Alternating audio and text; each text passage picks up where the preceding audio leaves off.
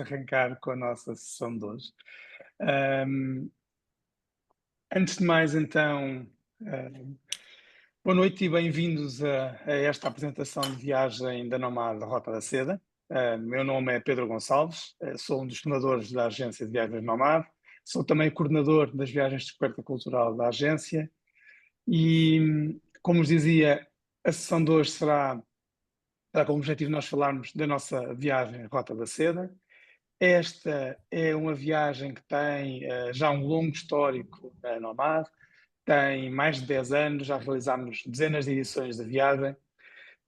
Entretanto, durante este ano, 2024, estivemos a trabalhar novamente na viagem, estivemos a fazer uma reformulação, uma evolução desta viagem, se assim quiserem, com o objetivo de trazermos uma versão melhorada da viagem para o ano de 2025, para o verão de 2025. Portanto, durante este ano estivemos a fazer toda a revisão do itinerário da viagem, transporte, alojamentos, as experiências que tem nesta viagem. Fomos ao terreno fazer todo o teste do itinerário de tudo o que vos vamos falar hoje e como grande resultado, há muitos detalhes de que iremos falar, mas como grande resultado esta viagem cresceu um bocadinho, ganhou mais 2 dias, passou a ter agora 20 dias, foi enriquecida com alguns lugares, entre eles a cidade de Kiva. Agora a viagem passa a terminar na cidade de Kiva, o que não acontecia antes, e passou também a ter uma interação mais intensa e mais próxima com os vários lugares e com as várias comunidades que vamos visitar. Comigo aqui hoje está o Diogo Santos. O Diogo esteve a trabalhar comigo nesta reformulação da viagem da Rota da Seda. O Diogo é um dos líderes de viagem da agência. Antes disso, o Diogo, desde há muito, foi trabalhar para a China, foi estudar para Macau, foi estudar fotografia para Macau e daí foi um dos aspectos que lhe permitiu estar numa zona que lhe fez viajar muito pela China, primeiro, depois pela Ásia, depois começou a viajar muito pelo mundo. Hoje é um dos líderes de viagem da Nomad mais ativos. Além desta viagem da Rota da Seda, que será o líder da viagem para o ano 2025 e anos seguintes. Tem também outras viagens com ele, o Expresso do Oriente e a viagem da Indochina. E, portanto, é um líder de viagem que está há muito tempo no terreno e foi ele que esteve no terreno na parte da reformulação da viagem que vos vamos falar hoje. Queria dizer-vos que a sessão Zoom que estão a assistir está a ser gravada. Portanto, se alguém não quiser aparecer, é uma questão de esconder a câmera. Isto para que também permita que sirva para que mais pessoas fiquem a conhecer a viagem, para quem não tenha a oportunidade de estar aqui hoje.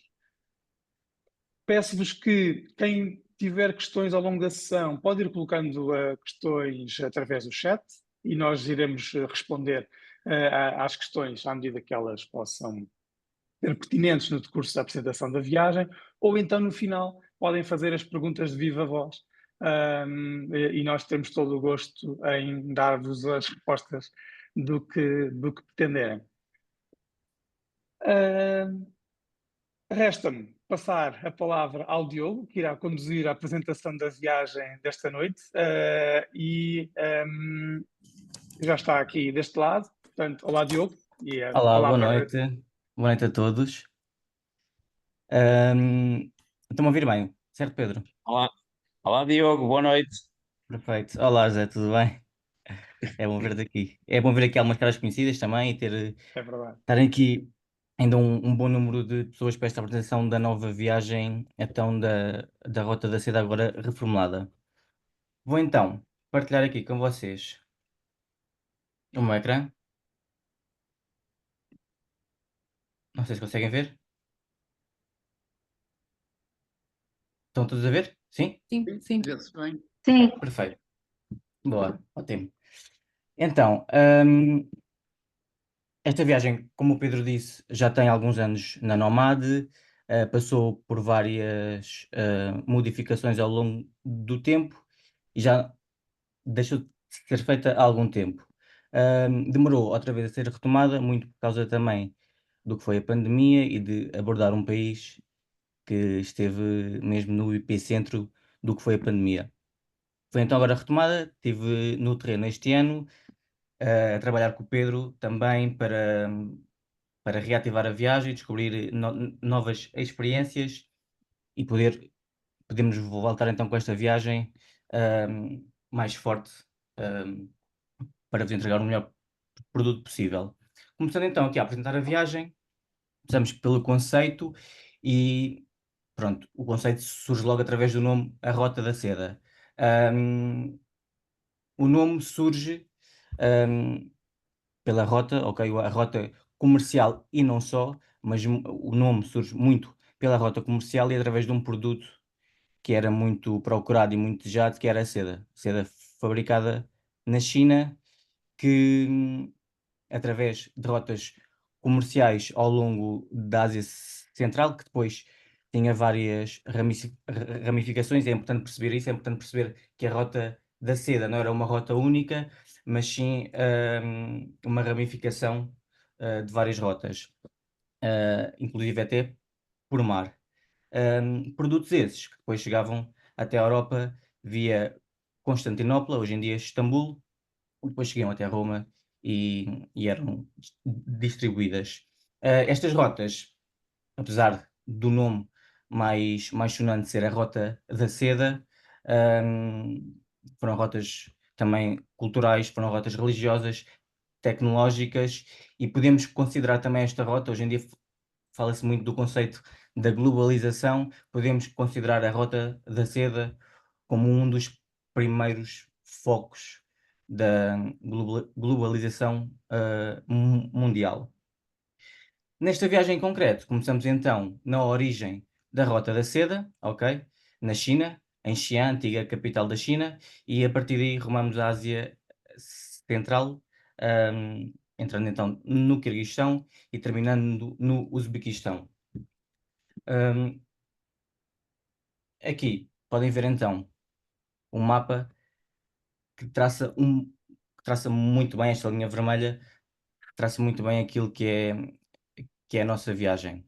Começando então em Xi'an, passando hum, para a zona de Xinjiang, na China, uma zona de China que é diferente, que já vou abordar um bocadinho mais à frente em detalhe, e entrando depois no Quirguistão, uma zona montanhosa, uma cultura muito nómada, povos muito nómadas, que ainda hoje, assim que se entra no Quirguistão, hum, esse, esse fator é bastante visível, basta passarmos as estradas e vemos as yurts montadas, as caravanas, hum, e depois entramos no Uzbequistão, com toda a sua imponência arquitetónica, o seu poder também religioso e à época também altamente tecnológico.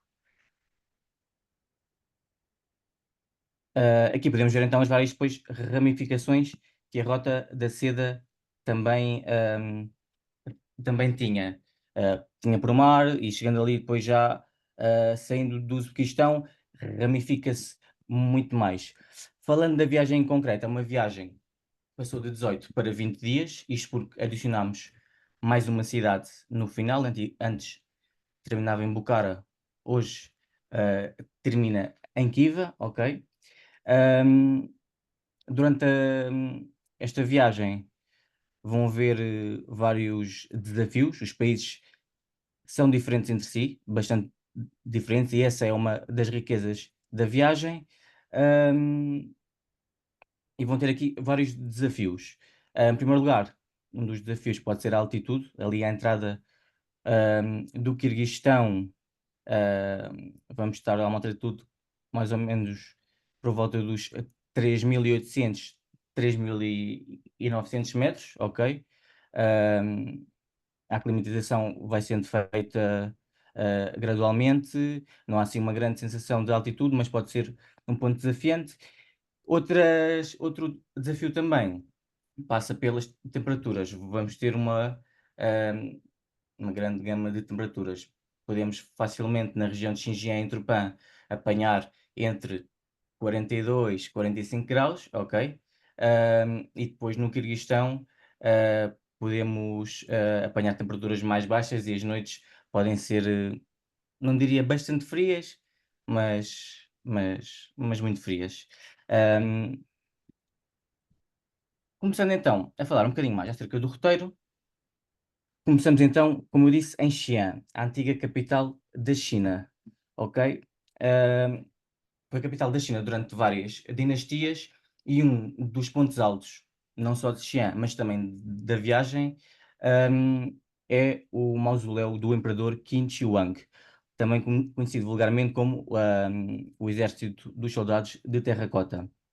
Então, basicamente, isto na verdade é um mausoléu, ok? Um mausoléu do imperador que quis ahm, ser também defendido durante a vida e durante a morte, então mandou construir o seu império de soldados para o proteger.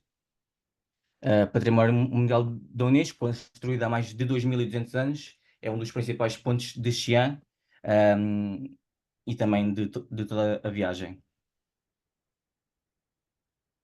Ahm, Aqui em Xi'an, apesar ainda de nós durante a viagem e na China vamos dividir aqui em China em dois pontos muito importantes. Em primeiro lugar, nas duas primeiras cidades, a noção de China imperial, ok? Do que é a China imperial, e depois as duas últimas cidades, uma China mais muçulmana, com raízes mais muçulmanas, já com a presença de iogures, mas ainda assim, apesar de Xi'an estar no centro do que era a China Imperial e capital imperial da China durante muitas dinastias, conseguimos já aqui perceber alguns pontos que remetem a essa parte da China muçulmana, e uma delas é a grande mesquita de Xi'an. Ahm, a nossa forma durante toda a viagem, isto é um bocado transversal nas viagens da Nomadic, de resto, para mim é a melhor forma de visitar e conhecer as cidades mais a fundo, é andar a pé. Portanto, aqui em Xi'an isto vai ser muito importante, porque para conseguirmos descobrir os recantos associados à Rota da Seda e manter o conceito da viagem, este estilo de visita às cidades é bastante importante. Vamos poder ver aqui em Xi'an os bairros muçulmanos, os mercados muçulmanos, e já começar a entrar dentro do conceito do que eram as trocas comerciais e que ainda hoje existe. É importante perceberem que a Rota da Seda continua viva, ainda está viva. Passando então aqui para a segunda cidade da China, é uma nova cidade na viagem. Antigamente não estava na viagem e agora optamos por pôr que é Jiaoguan. E Jiaoguan tem características bastante importantes e bastante interessantes na viagem. Antes de mais, um dos desafios eu e o Pedro propusemos à viagem era tentar incluir, de forma que continuasse a respeitar o conceito, tentar incluir a Grande Muralha da China, que acho que é um ponto importante e de referência no país. E conseguimos fazê-lo então visitando Jiaoguan. Um, e visitamos aqui duas partes da muralha bastante distintas. Vocês aqui estão a ver duas, ou seja, no lado direito e em baixo ao lado esquerdo, estão a ver uma parte da muralha que foi reconstruída, ok? E visualmente tem mais impacto, e Jiaoguan, esta parte da muralha é importante porque, para além de ser o ponto mais ocidental da muralha da China, era aqui que acabava a China Imperial. E esta muralha era o que protegia o Império Chinês do que eles denominavam de povos bárbaros da Ásia Central. E esta muralha protegeu-os, então desses povos. Na parte, na imagem à esquerda, em cima, tem o que era a primeira, hoje em dia muito degradada, esta parte já não está tão reconstruída, é a segunda parte que vamos ver da muralha, mas temos a primeira torre de vigia da muralha da China. Está aqui em Jiaoguan, e é a chamada Torre Farol ou Torre de Vigia, foi a primeira a ser construída na muralha da China. Torre esta que tem ligação visual a muitos, não é muitos, mas a alguns quilómetros de distância, de outro ponto que vamos visitar aqui em Jiaguan, que é o Forte, ok? É importante perceberem também que a muralha da China não era uma construção contínua, tinha várias partes e tinha vários tipos de construção. Tinha muralhas, tinha fortes, tinha torres, e este então é um forte. E é um forte bastante importante. Era aqui então que muitos dos soldados ahm, ficavam em caso de tentativa de invasão. Ahm, Vou-vos aproveitar para explicar também um bocadinho da dinâmica como nos movimentamos entre cidades na China. Portanto, a dinâmica na China vai ser de comboio, como eu tanto gosto. É uma forma muito mais próxima de contacto com o povo, com o povo de viajar. E são comboios noturnos, ok? Vamos fazer 2 viagens de comboios noturnos, as 2 com mais de 16 horas, e vamos dormir ou seja, as carruagens nos comboios da China não têm cabines, não têm compartimentos. São carruagens completamente abertas, e de 6 pessoas, ou seja, uma cama em baixo, uma cama no meio e uma cama em cima. E é assim que nos vamos movimentar entre cidades. Sempre que vão haver momentos em que vamos passar algumas horas de refeição nos comboios, sempre que isso acontecer, vai haver tempo para comprarmos as nossas refeições um bocadinho antes e podermos depois comer no comboio. E também há sempre as comidas no comboio, cafés, água quente para fazerem noodles, portanto essa logística será sempre assegurada. Jiaguan marca então aqui o final da China Imperial e entramos então na próxima cidade, que é Turpan, ok? Turpan marca o início da nossa a exploração à parte da China muçulmana. É uma China bastante diferente, vamos notar muitas diferenças. Hum, Normalmente são cidades com muito menos gente, com muito menos turismo, ah, o que para nós é ótimo, porque é isso que sempre procuramos sempre um contacto muito mais próximo com a comunidade e fugir dos pontos mais turísticos. Tupã aparece aqui também como ponto fundamental no que era a Rota da Seda.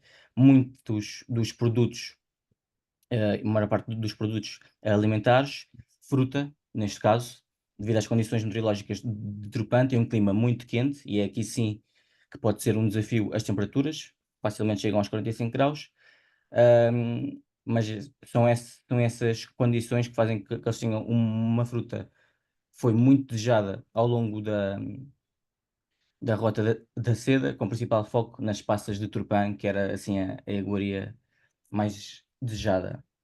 Hum, os pontos de, de visita, alguns dos pontos de visita que vamos ter aqui em Turpan, será esta mesquita que vem aqui, esta mesquita, este minarete, que é o maior minarete da China, ok? Com 44 metros, e ah, foi erigido em honra a um general que ajudou, que se aliou ao exército imperial chinês, portanto ao exército do imperador, e ajudou então a combater a invasão por parte do exército da Mongólia. Ahm, para além disso, visitamos também aqui umas ruínas bastante importantes, são as ruínas de Jiao. Estas ruínas são consideradas as ruínas mais bem preservadas do mundo, em adobe, neste material. Mais uma vez, as condições meteorológicas ajudam muito para este facto. E estas ruínas, isto são as ruínas de uma antiga cidade, antiga capital, que estava muito bem defendida, eh, estava bem defendida por estar localizada num sítio montanhoso, e então não precisava ter grandes muralhas, porque a sua localização já era um ponto que tinha uma segurança muito privilegiada. E foi importante durante a Rota da Seda, porque muitos dos mercadores chegavam a esta cidade e conseguiam fazer então as suas trocas com segurança, sem medo de enfrentar algum tipo de roubo, de extravio, e portanto foi aqui uma importante parte também política, ah, da Rota da Seda. Hum, Continuando então para a China muçulmana, chegamos à cidade de Kashgar. E Kashgar é assim, se Tropã já era uma China bastante diferente, Kashgar, nem não parece sequer que estamos na China, parece que estamos noutro país.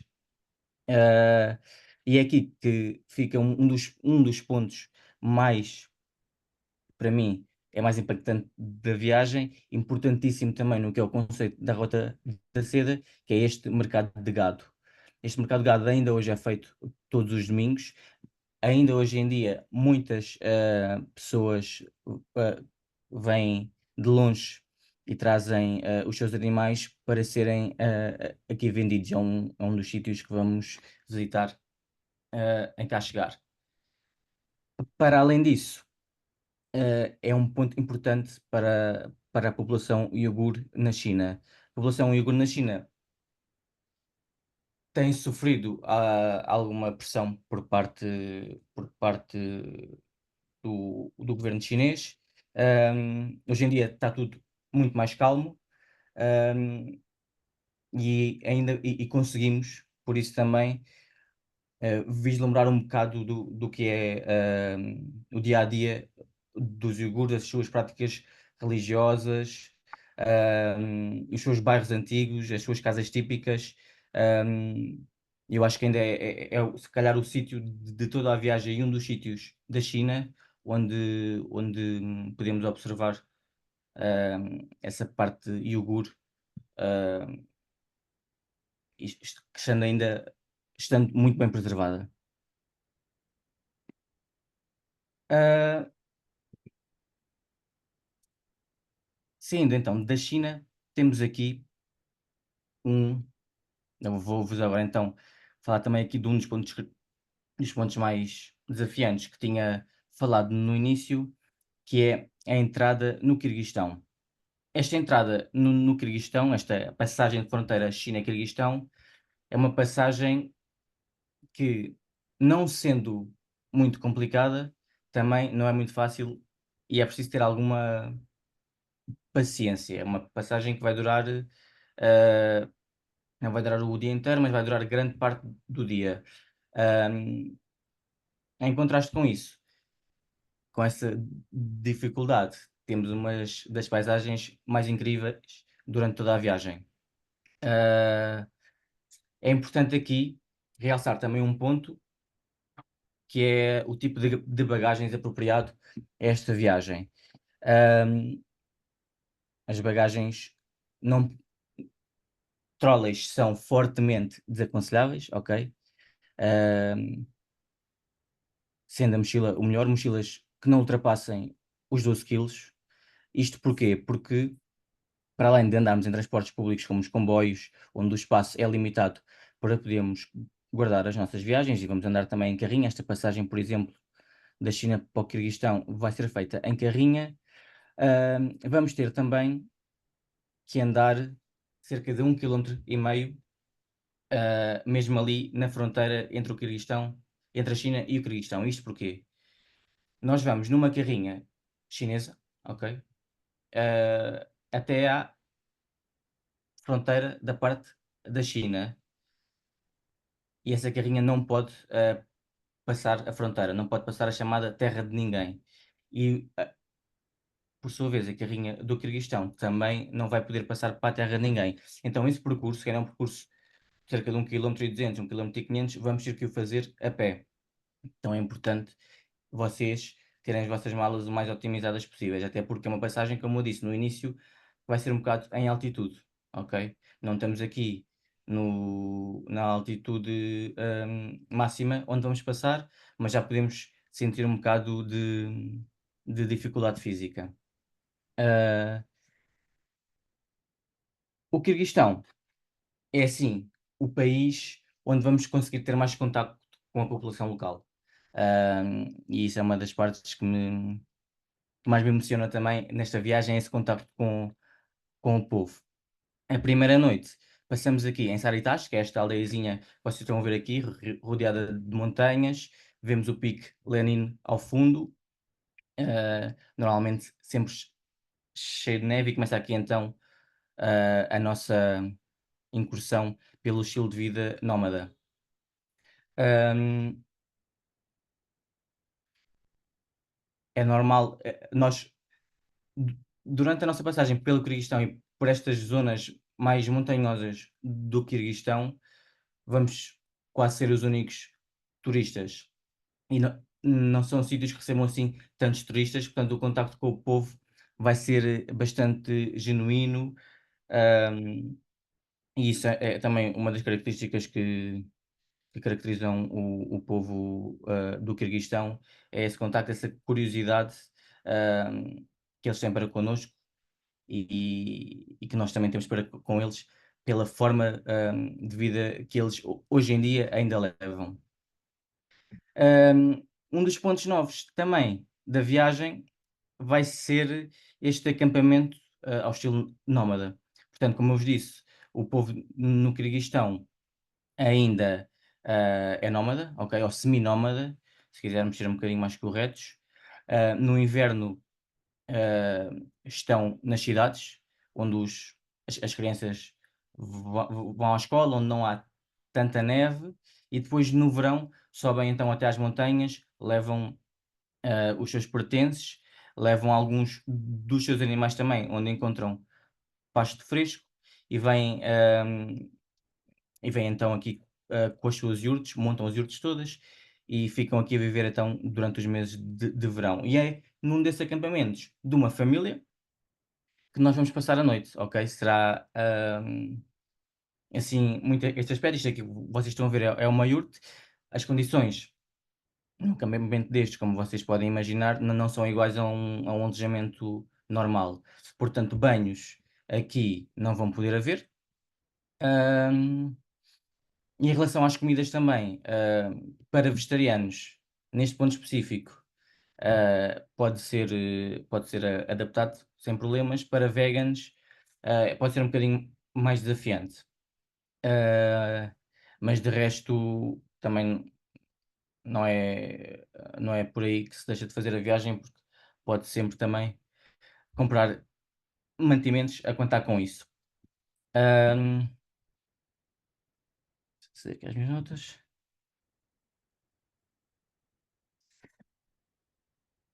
E é aqui, neste sítio, que depois nós vamos poder então estar em contacto direto e poder ajudar nas tarefas diárias da família que nos vai receber. E é aqui que vamos ver mesmo a verdadeira tradição nómada.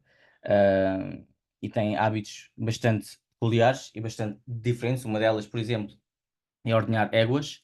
Eles têm uma bebida muito conhecida, que é o ah, camuz, acho que estou a dizer bem, camuz, que é um leite de cavalo fermentado, que eles adoram beber, que acho que deviam experimentar um bocadinho, é desafiante. E para além do mais, vamos poder ver também e ajudar em várias tarefas diárias deste estilo de vida tão, diferente do nosso. Aqui podemos ver então a iurte onde vamos dormir. Hum, É maior do que parece na imagem, na verdade, e como vocês podem ver, não há camas, portanto vamos todos dormir, no chão. Nós vamos ter este acampamento só para o grupo, e vamos dividir o grupo, em 2 iurtes, portanto 6 6, e dormimos em colchões no chão. É confortável. ah, não aqui sim, era um dos pontos em que eu vos dizia que a temperatura mais baixa pode ser um desafio, mas ainda assim, a iurte é bastante espaçosa, é confortável. ah, e para mim, quando eu estive lá agora em agosto, foi das melhores noites, que tive na viagem. Pá, o silêncio é incrível, o céu é incrível e é uma experiência realmente única. E é bom sabermos que estamos num sítio onde eles realmente vivem, ou seja, não é algo feito para turistas. Passando então para Osh.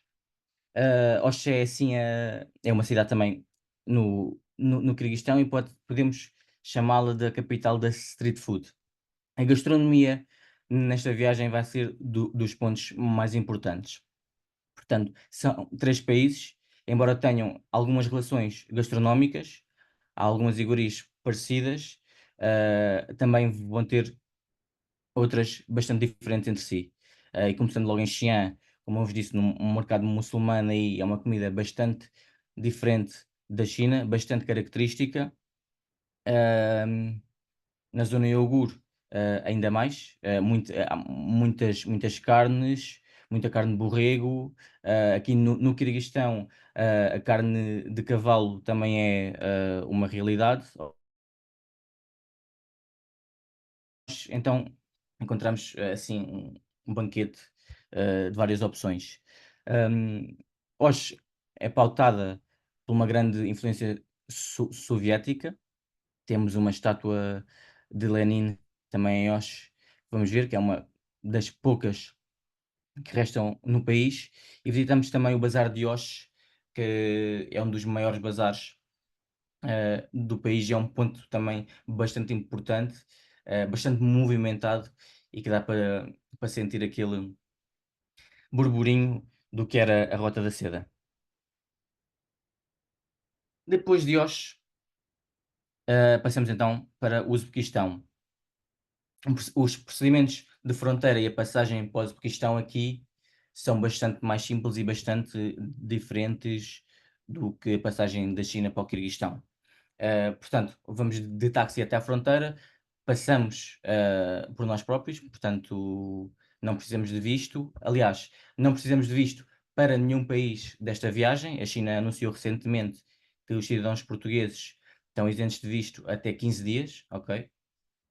O que é bastante bom, e já há algum tempo que alguns países da União Europeia tinham esta benesse, e agora foi a vez de chegar também a Portugal, e veio mesmo em boa hora. Portanto, como estava a dizer, a travessia é feita de táxi, e passamos a fronteira tranquilamente. Aqui, no Uzbequistão, voltamos outra vez à realidade dos comboios. Os comboios do Uzbequistão são muito na linha do que são os comboios na China, menos modernos, ok? Os comboios na China são modernos, são mais estruturados. Aqui no Uzbequistão, apesar de também o serem, terem todas as condições que têm os da China, são um bocado menos modernos. Ahm, o Uzbequistão aqui apresenta-se como um ponto importantíssimo e como um dos países mais importantes da Rota da Seda, devido à sua importância e à sua imponência arquitetónica, importância religiosa, altamente tecnológico à época, ah, em termos de álgebra, astronomia, ou seja, muitos dos pensadores e filósofos estavam no Uzbequistão, e foi um dos importantes países da Rota da Seda. Aqui em Tashkent, vocês aqui estão a ver o mercado, o bazar de Tashkent. À volta deste edifício temos um sem fim de bancas também.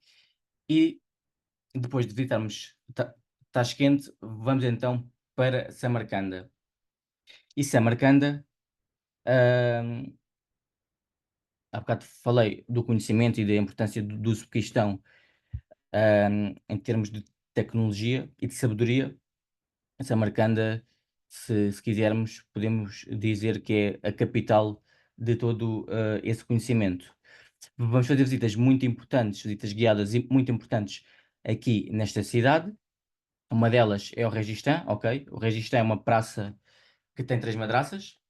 É assim dos pontos mais arrebatadores da Rota da Seda, e durante o período da Rota da Seda, foi um espaço importante que era usado como ponto de comércio. Ah, Outra das visitas guiadas será também a Mesquita Bibi, uma das maiores, uma mesquita enorme, hum, com capacidade para mais de 10.000 pessoas, construída no século XIV, foi quando começou a sua construção, passou por várias fases, e é também um dos pontos mais importantes aqui de Samarcanda. Portanto, estas vão ser duas de várias visitas que fazemos em Samarcanda. Estas serão as visitas guiadas para vocês perceberem bem a importância destes dois complexos, no conceito da Rota da Seda. De Samarcanda, passamos então para Bucara. Bucara, considerada cidade sagrada, do Uzbequistão, é uma cidade antiga, é uma cidade que é habitada já há mais de 5.000 anos. Também ela é um importante centro de conhecimento, de ciência, e aqui podemos ver um dos pontos mais importantes desta cidade, a chamada Shor Minor. Na verdade, isto não é uma madraça, como muito se pensa, fazia parte sim de uma madraça e era um complexo que foi destruído e esta Shor Minor foi o único edifício que restou. Isto que vem aqui parecem sim uns minaretes ao estilo da arquitetura do Uzbequistão, na verdade não são, ok? São 4 pilares, um deles servia como tem uma escadaria por dentro para aceder ao topo, os outros 3 serviam como armazenamento. Outro dos pontos importantes também, hum, visitaremos em Bucara, será a Mesquita Kalyan, ok? E o seu minarete. Este minarete tem uma grande importância, ah, e tem e é assim envolto numa história interessante. Quando Gengis Khan tentou tomar Bucara, houve muitos edifícios destruídos, mas ele ficou realmente impressionado com a beleza do minarete e então ordenou às tropas para não destruírem este minarete. Um, Bucara tem uma vibe mais tranquila e nós aqui começamos já a entrar em pontos menos agitados da Rota da Seda. Um, e em contraste com as outras cidades que fomos visitando ao longo da viagem, começamos aqui em Bucara a sentir um bocado mais essa leveza das cidades, apesar de toda a sua imponência. Em Bucara temos também então uma visita guiada, que vai ser a Arca, ok? A Arca que era, para além de ser o edifício mais antigo da cidade, remonta ao século VII, foi também a sede de cortes reais e uma fortaleza militar. E fazemos então aqui a visita à Arca, que é esta imagem que vocês podem ver no topo esquerdo do ecrã, e que à frente tem a mesquita Bolo House, que é assim uma mesquita enorme, uma arquitetura bastante diferente do que vemos no resto do Uzbequistão e também de extrema importância. Diz até que o Emin era a mesquita onde o Emin adorava rezar. Chegando então a Kiva, a última cidade da nossa viagem, adicionada este ano. Antigamente a viagem não tinha Kiva, decidimos então adicionar Kiva por várias razões. Porque é uma cidade que no conceito da viagem é bastante importante. Eram aqui que as caravanas de camelos, eram aqui que os mercadores ah, chegavam, era aqui também que faziam trocas importantes, que se abasteciam e que vendiam produtos. E a cidade em si também, hoje em dia, está muito bem preservada. Vocês podem ver que é uma cidade que tem uma grande parte da cidade muralhada, essa parte dentro das muralhas é chamada Itchen Kala, e é uma cidade também ela das mais antigas do Uzbequistão, uma cidade com mais de 2.500 anos, hum, e e foi um dos pontos, do comércio mais importantes também pela sua maior proximidade ao que era depois também, para já, a partir daqui, a ramificação da rota, como eu disse, depois começava a entrar na Europa. Portanto, Kiev é quase como se fosse a porta de entrada para, para a Europa, sendo ainda antes, mas ainda bastante antes da Europa, mas já uma porta de entrada, e a partir daqui já haveriam várias ramificações da rota.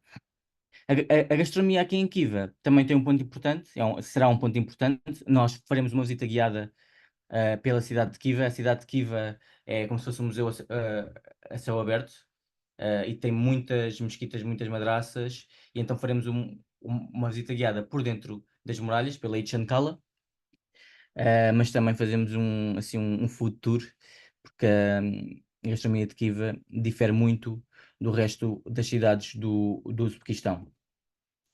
Temos as gumas, por exemplo, que é como se fosse um pastel de massa tenra de carne e cebola. Temos o chivitoshi, que é uma massa verde que é feita à base de aneto, que leva um estofado de carne por cima. São coisas que só encontramos mesmo em Kivas e que não é possível encontrar noutros sítios do Uzbequistão.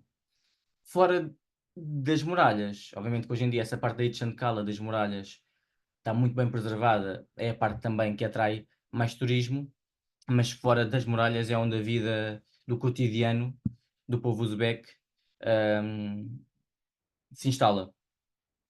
E faremos também então esse passeio para ter um bocado mais de contacto com o povo e fugir um bocado do que é a parte turística de Kiva. Entretanto, para quem está a pensar entrar um bocadinho mais neste conceito da Rota da Seda, eu gostava aqui de vos deixar algumas sugestões de leitura. Aqui é um livro fácil de ler e que acho que explica bastante bem e de forma bastante fácil e leve a Rota da Seda. É o livro que se chama As Rotas da Seda, pelo Peter Frankopan. Eu meti aqui dois livros dele. O maior, que está aqui mais ao centro, é um livro ilustrado, ou seja, muito mais leve, não entra tanto em detalhe, e o outro sim, que está aqui no vosso canto superior direito, entra muito mais em detalhe.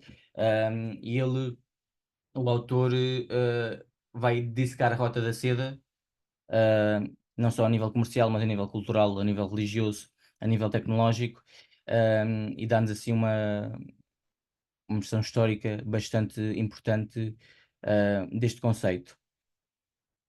Outro livro que acho que pode ser bastante importante é aqui este que está no vosso canto inferior de direito, que é À Espera de Ser Preso Durante a Noite. Como eu disse, as tensões entre os iogures e os chineses Han são uma realidade, ok? Em 2016, 2017 foram uma realidade bastante dura, com vários iogures a serem presos e a serem mandados para campos de estudos, como eles chamavam, campos de reeducação, e este aqui é um relato em primeira pessoa do autor, que é iogure, é um poeta iogure, que entretanto está exilado nos Estados Unidos, mas que conta essa, toda essa luta que o povo iogure tem na sua própria terra, na província de Xinjiang. Então, ele tem vários episódios que se passam em sítios onde nós vamos visitar, Kashgar, Turpan, portanto, são sítios que nós durante a viagem vamos reconhecer. Aqui, A Sombra da Rota da Seda, do Colin Tubrow, é um relato de viagem, ok? Foi um autor, um viajante que teve 8 meses a viajar pela Rota da Seda. Pode ser interessante também verem e cruzarem ahm, com a viagem que temos aqui na Nomad. E o Samarcanda, que é um livro, apesar de não ter a ver diretamente com o conceito da Rota da Seda, é um livro que vai buscar muitos conceitos e que nos faz entender melhor a parte religiosa, e mesmo alguns conceitos de povos que cruzaram aqui a Rota da Seda. É um livro também a ler. Para além disso, e livros assim mais monografias, eu não pus aqui as imagens, porque são mais monografias, mais densas. Temos a Book and Crisis, que é uma monografia de Scott Levy e o autor desconstrói o conceito tradicional da Rota da Seda como rota única. Isso é importante também, foi aquilo que eu vos disse no início, que a Rota da Seda não foi só um único percurso linear, mas sim um conjunto de vários percursos.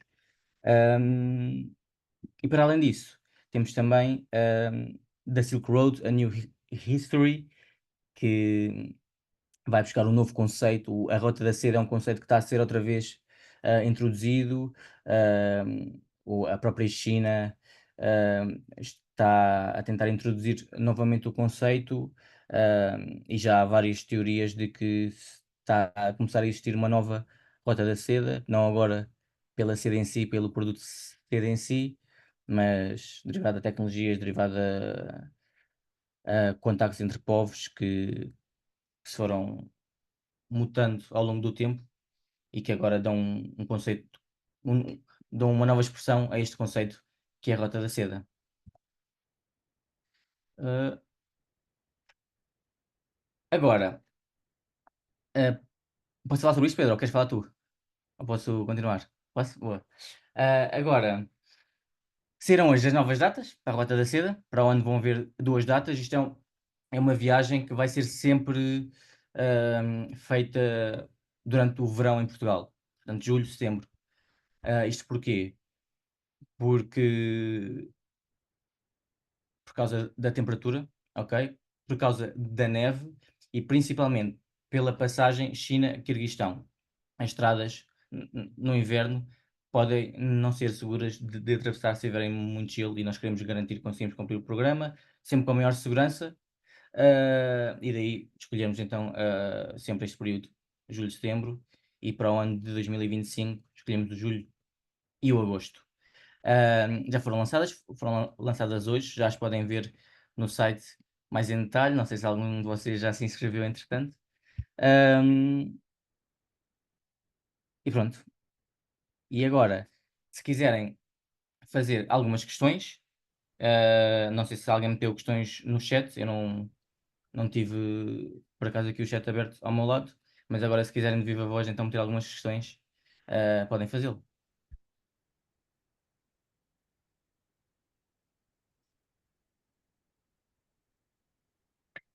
Ora, enquanto nós esperamos por mais questões, penso que não há ninguém a querer colocar por agora. Um bocadinho, se calhar, em jeito de resumo de viagem, e depois de ouvir a descrever a viagem ao longo deste itinerário, Diogo, eu colocava uma questão que é um bocado. Se tu sentes, esta viagem passa em três países, uma parte da China, uma parte do Quirguistão, uma parte do Uzbequistão, e se tu sentes que há muitas diferenças entre estes três países, um bocado colocando-me no lugar de alguém que vai fazer a nossa viagem, para quem a realize, há assim algo que marque cada um destes países de forma distinta, ou há mais semelhanças que diferenças? Como é que descreverias isto? Olha, na verdade eu acho que há os 2, há semelhanças e há diferenças, mas sim, as diferenças são o que mais marcam. Eu acho que podemos até falar aqui quase em 4 países, que é, começamos numa China imperial, ok, uma China grandiosa, moderna, hum, e com muito foco no que era, e no que é o Império Chinês. E passando dentro do mesmo país para uma realidade completamente diferente que é a China muçulmana. E não só a nível de arquitetura, mas também de hábitos dos povos. O povo iugur, que é o povo que vamos ter mais contacto durante a nossa passagem por Turpan e cá chegar, na região de Xinjiang, a província de Xinjiang, é um povo que tem hábitos completamente diferentes do povo Han, que vamos ver em Xi'an e em Jiaoguan. E esses hábitos passam é o modo de estar, é a gastronomia, é a forma de pensar, é tudo diferente. Então, sim, dentro do mesmo país já vamos ver essas diferenças.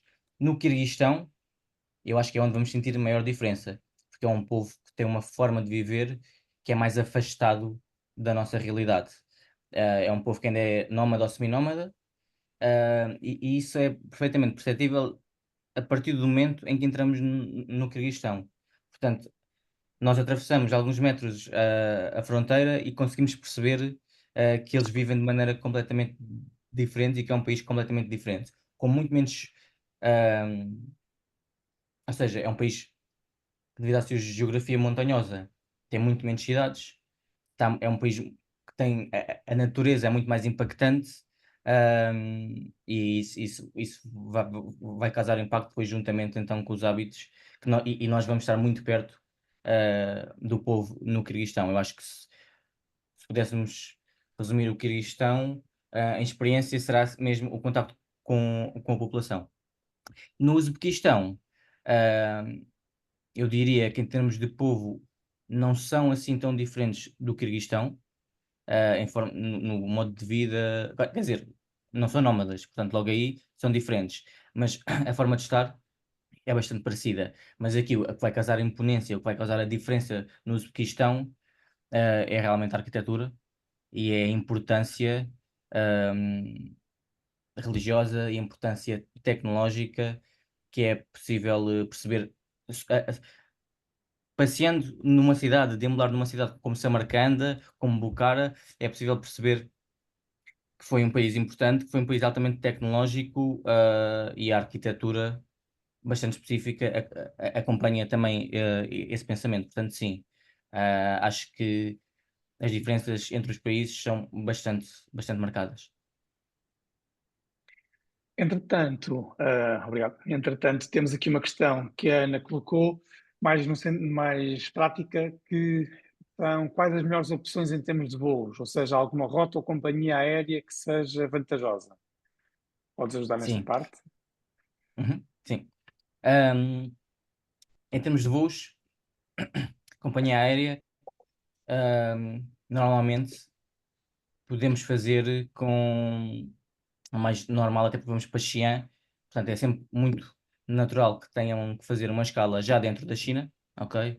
Ahm, as China Airlines, as grandes companhias internacionais chinesas, são sempre uma opção e vão de vários pontos da Europa.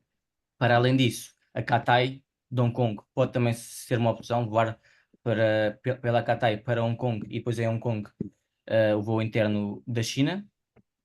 Uh, e também aquelas companhias hoje em dia melhores e mais conhecidas, uma Qatar, uma Emirates, uma Etihad, que faça voos para a região da Ásia, conseguimos depois facilmente também chegar a Xi'an. Não sendo o ideal, porque vão ter de certeza mais escalas, mas em termos de preço, acho que conseguem algo mais vantajoso. Nos voos de regresso, vamos estar em Kiva, vamos estar bem mais perto da Europa, e aí, sem dúvida, que é Turkish. Voos Turkish com escala em Istambul, Istambul-Lisboa. É o melhor. Ou Istambul-Porto, para quem estiver noutra E geografia. Istambul-Porto, exatamente, sim. Sim, exato. De Eu acho qualquer Istambul-Portugal. forma, esta questão dos voos, para complementar, é sempre uma questão de momento, não é? Que dependendo da altura em que seja feita a reserva para a Sim, viagem, pode haver voos de uma companhia que sejam mais vantajosos, mais baratos, com sim. Deixa-me itinerários ao mais mundo. favoráveis. Uhum. Sim, exato. O mundo do Ok. Skyscanner, sim. É um motor de busca de voos, é o melhor, sim. Pois. Uhum. Ok. Mas sim, sempre contando que no voo de ida, uma escala na China é quase obrigatório. Sim. Chengdu, Pequim, vai ser quase obrigatório. Se forem para Hong Kong, pela uma Cathay, podem escapar a essa escala, e passa a ser a escala, não sendo uma escala interna, pode ser mais vantajoso. Pronto. Pois. E aí ter ligações de voos diretos a Xi'an que há. Ok. Mais alguma questão? A Noutro Turkish, tema? talvez também vai. A Turkish não vai até Xi'an? Não, se calhar não vai. Por exemplo, eu fui o Não. ano passado à Mongólia, eu fui na Turkish. E de volta. Sim, sim, sim. Para a Mongola Turkish faz. Para Assim, Xi'an, eu não creio que pois não há. faça. Pois é uma questão de se procurar. Para Uhum. Xi'an, lá está, a escala aprende-se muito também com isso, que nem todas as companhias vão para Xi'an, e essa escala depois vocês vão apanhar um voo interno com uma companhia chinesa, quase certeza. Uma Pois. Dragon, uma China Airlines. Mas a Está-se a China, pois, a companhias chinesas voam para Frankfurt, eu estive a ver, Sim, pode-se logo ir de longo curso. Não sei se são bons, olha, são. Eu agora apanhei para ir para lá e sim, gostei bastante. sim. Uhum. Acho que em Frankfurt dá, logo direto numa companhia da China, para lá. Uhum. Sim. Uhum. Mudando aqui um bocadinho do tema dos voos, não sei se alguém tem alguma questão noutra parte da viagem. É levar, já percebi, é levar pouco peso e aliás, eu tenho que levar muito menos, porque 12 quilos para mim já é imenso. Vou levar para aí uns 7 ou 8, enfim, logo vejo como é que faço a malinha, É o porque eu ideal, não tenho sim. muita força, sim. E temos que levar a roupita por camadas, a roupa fresca e depois umas camaditas, não é? E um bom casaco. E se calhar um Sim. saquinho de cama pode ser necessário, não? Um saco de cama. Sim. Queres responder tu, Diogo? Posso responder? Então, olha, posso já começar aqui pela Saquinho parte de do cama saco-cama, dá é? sempre jeito, sim. Sim, saco-cama talvez não seja de todo necessário, mas um lençol-cama, sim. Até porque o Hum. saco-cama realmente é muito mais volumoso. O Um meu não lençol-cama, é assim sim. tanto. Pois, Pronto, quem tiver um é um saco-cama chouricinho, é um mais chourição, pequenino, sim. é um paio grande. Mas este saco-cama até é mais para os comboios, ok? Que quem não se sentir tão confortável Pois, pode usar o seu lençol-cama. De pois. resto, em relação à roupa, sim, por camadas, é importante também. Até as temperaturas são muito altas na China, principalmente na China, tudo bem cá a chegar, muito sol. Portanto, é importante, para além da proteção de um creme solar, de um protetor solar, Sim, é importante claro. também ter roupa O chapéu. de manga fresca, mas de manga comprida, Sim, que sim, cubra mesmo o corpo, isso é importante. Para pois. além disso, para o frio, um polar, Uhum. eh, uma térmica também, e sim, e um casaco, Bom, um casaco bom, sim, sim. pois. E, pode chover, ok, não É é um casaco com normal, mas capucha. pode acontecer. Se quiserem levar um Sim, impermeável fino, também é recomendável, sim. sim, Como costume. reforço ao que o Diogo está a dizer, queria dizer que depois nas notas de viagem está bem detalhado. E uns Ahm, Kleenex para nos lavarmos quando não podemos tomar banho. Aqueles os dodotes. Deixa-me só concluir, estava a dizer que nas notas de viagem depois temos bem detalhado e com algumas sugestões de equipamento. A questão que o Diogo Óbvio. refere no equipamento é importante, que é, vamos estar maioritariamente com calor, mas vai haver alguns momentos frios. Portanto, não é preciso, como dizia há pouco, não é preciso levar muita bagagem, pouco peso dá perfeitamente para esta viagem. É um casaco quente, leve e compressível, que vai ser usado poucas vezes, mas que quando for preciso, realmente é importante que lá esteja. Quanto a banho e alojamento, se calhar pedia-te, Diogo, para também dares esse enquadramento. Há banho todos os dias, não há? Como é que é? Há muitas vezes. Sim, o banho sempre que tivemos em alojamentos ditos normais, um hotel, desculpem, uma guest house, sim, vamos ter a possibilidade de tomar banho, ok? Aproveito também para dizer que nem todos os alojamentos têm casas de banho privadas. Há casas de banho que podem ser compartilhadas. Isso Sim, depois sim. vocês também podem ver nas notas de viagem. Entretanto, assim, o ponto mais crítico em termos de banho será mesmo o acampamento, ok? Em Saraioi. Pois. Portanto, mas no dia antes, ou mesmo até no próprio dia de manhã, podem tomar em Saritash. ahm, e depois no dia Sim, tudo bem. ou seja, dormimos na iurte e no dia seguinte vamos para Osh, ficamos numa guest house onde podem também tomar banho. Portanto, é só aquela questão de não tomar os 2 banhos por dia. Em relação aos Kleenex, isso é um bocado já a opinião própria, eu não gosto Eu sei. muito de usar, porque até temos acesso à água nas iurtes. Não temos Então acesso a pronto. Ok. chuveiro, mas temos acesso à água. Está bem? Tá Então, sim, bem. pode ser assim. Está bem. Podemos Está improvisar bem. alguma coisa. Está perfeito. Mas nunca será um banho, nunca será um banho, sim. Sim, está perfeito. Ok. Não sei se alguém tem Nos mais comboios também alguma não há chuveiro, questão. sim, só para Sim, vos desculpa. adaptar a isso. Nos comboios também não há possibilidade de tomar banho, mas há possibilidade de tomar banho nesse dia de manhã antes de começarmos o dia. Sim. Eu gostava, Muito bem. Eu gostava de perguntar, era Sim, sobre o calçado. Cada um tem o seu problema. Não, e ok. como temos que andar alguma coisa, mas há calor, há frio, e também gostava de saber se há hipóteses de chuva, por causa da história do ténis. Sim. Ah, pois. Sim, chuva é sempre uma hipótese, sim. Não muita, mas pode acontecer. O que eu recomendo, sim, serão uns ténis ou umas botas impermeáveis, ok?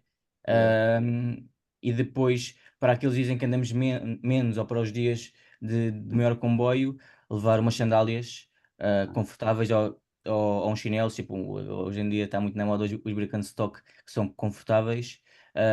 Portanto, eu diria estes dois calçados, uns ténis ou botas impermeáveis e uns chinelos ou sandálias que sejam confortáveis também para andar.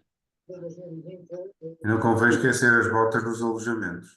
Não convém. Não, mas não é preciso ser umas botas mesmo daquelas trekking Não. antiderrapantes. Não, pronto, era isso que eu queria Nós não saber. vamos fazer trekking Vai, nesta viagem. vai, Ali na zona de Sarioi podemos fazer algumas caminhadas, mas nada de trekking, nada de técnico, não. Isso não vai acontecer. era isso. Sim. Eu normalmente costumo levar uns ténis normais.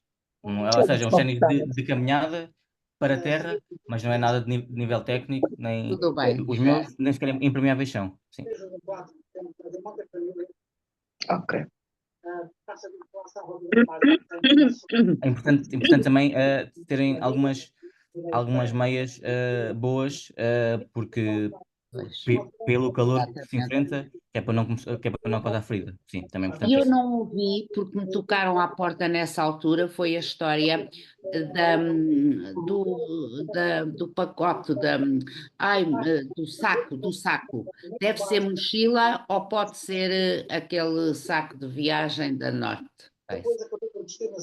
Tipo um duffel, é isso que está a Idealmente, perguntar? Eu não ouvi, falou. Ou seja, idealmente o que eu não gostava e que é extremamente desaconselhável é trazer em trolley. Ou seja, o trolley é extremamente Já conheço, desaconselhável. já Sim. conheço essa história de outras Temos viagens. de atravessar entre fronteiras alguma distância, porque normalmente o pessoal tende a encher mais os trolleys do que as mochilas porque não os leva às costas, e mesmo para caminhar, aquela caminhada que eu estou a dizer que vamos fazer entre fronteiras não é em estrada, portanto pode ser em terra, e o trolley vai ser extremamente desagradável. Portanto, uma mochila ou um duffel, o que acharem melhor, o que for mais confortável para vocês, é o melhor. Obrigada. Nada. Se tiverem mais questões?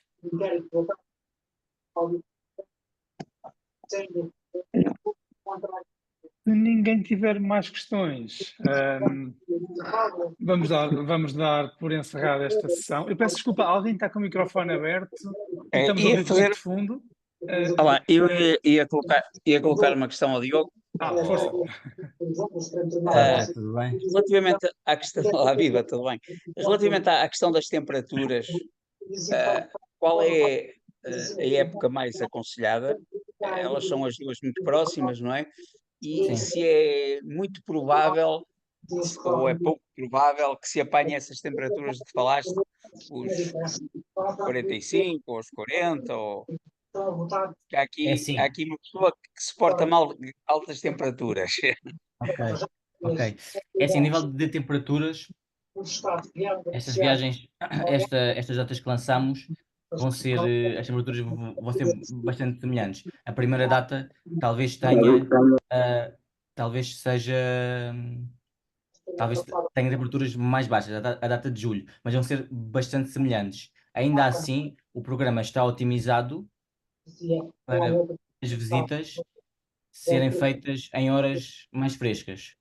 E nessas cidades, inclusivamente Turpan, que é o ponto mais crítico a nível de temperatura, por volta do meio-dia, o programa está otimizado para dar também algum período de descanso, para não termos que andar a sofrer debaixo de sol muito quente. Portanto, sim, ou seja, é provável apanharmos essas temperaturas altas de 40 e picos, 44, 45, é provável, sim, em ambas as datas. mas o programa está otimizado para fazermos quando estamos nesses sítios, vamos tentar sempre ir às horas mais precisas, portanto, inícios de dia e finais de dia, deixando aquele meio, quando o sol está mais forte, para períodos de descanso, para coisas mais leves. Bom, e nessa altura poderíamos estar eventualmente no hotel com ar-condicionado ou nem por Sim, isso. sim, à vontade, sim. Sim. Isso aí. Outra questão que ia Ele dá um colocar, leque. a altitude. Sim. As altitudes a que vamos estar são altitudes relativamente pacíficas, não levantam problemas de maior, ou sim? É assim, eu vou responder um bocadinho e depois o Pedro vai-me ajudar, que tem mais experiência neste assunto, mas as altitudes rondam ali os 3.800, ou seja, a altitude, estou a falar aqui já em altitudes máximas desta viagem, Máximo. 3.800, 3.900. Ah, Nota-se. São altitudes ah, que, por exemplo, para mim foi confortável, foi tranquilo, a chegada também é progressiva, não chegamos de estalo, ou seja, dá para ir fazendo uma certa aclimatização, mas isso também vai depender muito Cada um. de pessoa para pessoa, ok? E também da condição física e de algumas características de saúde da própria pessoa. Pedro, o que é que. Sim, então, como complemento, é isso, ou seja, não há nenhuma altitude particularmente relevante nesta viagem. Acima de tudo, a passagem da China para o Quirguistão, em que atravessamos as montanhas Pamir, na passagem e no dia a seguir, portanto, este período no Quirguistão é onde nós vamos estar a maior altitude. A subida é progressiva, é gradual, não é nada de extraordinário. Portanto, não se espera nada de grande dificuldade de adaptação. Além disso, não estamos a fazer nenhum esforço físico significativo. Qual é a única questão? Estamos em viagem, com facilidade vamos estar mais cansados, está calor, portanto é fácil estar desidratado. Uma coisa muito importante será beber água, beber muita água. Vai Pois. ajudar bastante no processo de aclimatação e estar atento aos sinais. E o Diogo no terreno estará, obviamente, a acompanhar-vos nesse sentido. Não é de todo um problema, desde que esteja com este cuidado. É normal que possam sentir alguma dor de cabeça, Dor no nestes peito. dias, mas não é nada de significativo. O que é particularmente relevante? Se tiverem alguma condição de saúde particular, cardíaca, respiratória, etc., falem com o vosso médico, digam-lhe o que é que vão fazer, e ele será a pessoa ideal para vos dizer se devem ter algum cuidado especial ou não. A única particularidade é essa. Espero ter ajudado. Só uma pergunta. Olá, Celso. Posso Tudo bem? falar? Posso saber se arranja água engarrafada com facilidade? Sim. Sim. Sim, a água, muitas das vezes não vai ser possível. Eu aconselho sempre a levarem água, a levarem uma garrafa de água reutilizável vossa, até mais, não que a água seja potável, que muitas vezes não é, mas compramos água fresca e ela vai manter mais em temperatura. Se for uma garrafa de plástico normal, a água em 2 horas está um chá. Mas sim, há muita facilidade e eu tenho sempre também alguma atenção a isso para irem abastecendo à vontade, irmos ao supermercado, irmos a uma mercearia e comprar garrafas de água, sim. Isso durante Ok. toda a viagem, não há problema. Uhum. Querem águas, diz um snack, diz comprar alguma coisa para comer, isso sim, Uhum. estão à vontade. Uhum. Muito bem. É bom rever o Diogo outra vez. Obrigado, igualmente. É bom ver aqui algumas caras conhecidas. É isso, é bom, é muito bom. Uhum. Não sei se alguém tem mais alguma dúvida. Não. Está tudo Se ninguém esclarecido. tem mais questões, espero que esta sessão tenha servido para esclarecer quem possa estar interessado em realizar a viagem, quem tenha curiosidade sobre o tema ou quem queira simplesmente ir viajar para esta região por si. Espero que nós tenhamos ajudado neste sentido. Queria-vos dizer também que qualquer questão que tenham sobre a viagem, podem entrar em contato com o nosso apoio ao viajante e a Fátima terá todo o gosto em dar-vos as respostas que necessitem, sobre qualquer um dos temas que falámos agora ou outro qualquer sobre a viagem. Resta-me agradecer-vos por este tempo aqui. Esperemos que tenham gostado deste momento. Obrigado também, Diogo, pela tua presença. Obrigado. E esperamos contar, ver-vos por aí em sessões como esta ou noutros momentos das nossas iniciativas. E resta-me então dizer-vos boa noite e passar ao Diogo para também vos poder dar uma despedida final. Sim, agradeço muito estarem aqui este bocadinho connosco. Espero que tenham gostado, espero que tenha despertado o vosso interesse pela viagem e é bom ver algumas caras conhecidas que já viajaram comigo também, é muito fixe. E pronto, espero ver-vos então na Rota da Até Seda. E se não for na Rota da Seda, num Expresso do Oriente ou no Indochina. Estarei à vossa espera, está bem? Ok, Muito obrigada. obrigado mais uma vez. Obrigada. Olá, Licença. boa noite. Noite. Noite. Deus, boa Boa noite, viagem. obrigada. Noite, obrigado. Tchau, Pedro. Tchau, tchau. Obrigado. Boa Tchau. noite.